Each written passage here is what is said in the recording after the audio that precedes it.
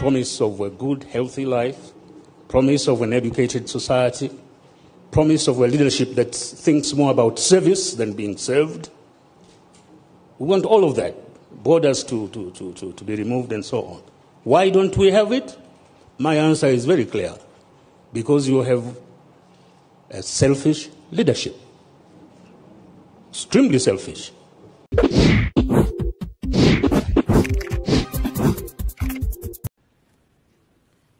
Namibia, which is a United Nations territory, continues to be occupied illegally and with impunity by South Africa. South Africa has blocked the implementation of Security Council Resolution 435, thus dealing a contemptuous blow to expectations of a settlement by peaceful means. Not only has South Africa continued to defy the will of the international community over Namibia, but it continues to use that territory to commit repeated aggression against neighboring African states, killing and maiming thousands of defenseless refugees and committing wanton destruction of property. The responsibility of the United Nations is clear. It, in its turn, must answer the challenge of South Africa. The United Nations must reaffirm and demonstrate increased support for SWAPO, the sole and legitimate representative of the people of Namibia committed to end South African occupation. Secondly, the United Nations now must impose sanctions against South Africa under Chapter 7. Censure in the circumstances is not enough. It is in fact the same as condonation. Mr. President, in South Africa itself, the regime's enforcement of the policy of apartheid has become more vicious as it receives and develops more weapons of oppression against the majority African people. More Western investment flows in to provide the economic buttress to apartheid and the most vile system of oppression of man by man. Once again, the United Nations must institute effective measures, including sanctions, to force South Africa to abandon apartheid.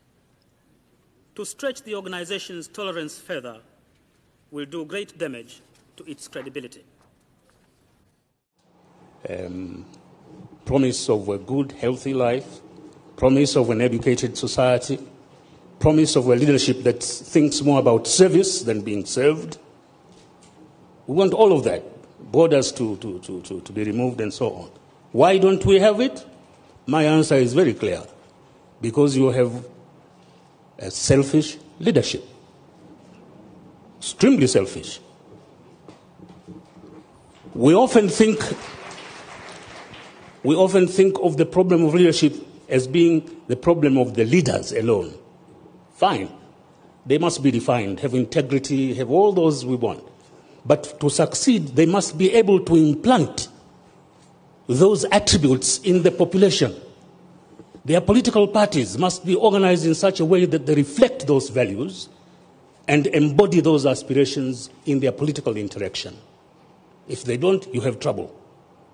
We are multi-ethnic societies. What basic values have we embodied in these societies? Equality? Or is it diversity? How do you convert diversity into strength rather than diversity as a cause for war and internecine fighting? Can it be done? It can be done. It's been done in centuries before, in Europe and elsewhere. Why can't it be done in Africa? But we don't have the will because we are selfish. We are concerned of the here and now in the seat I am in. That's wrong.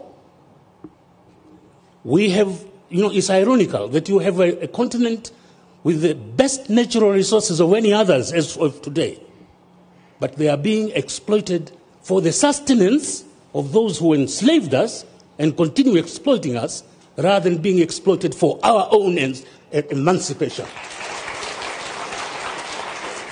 Why? Because you have a leadership that does not recognize the degree of present-day enslavement, economic enslavement, and the necessity for emancipation. It's ironical. We talk about development, but we don't stop in time to define what development is.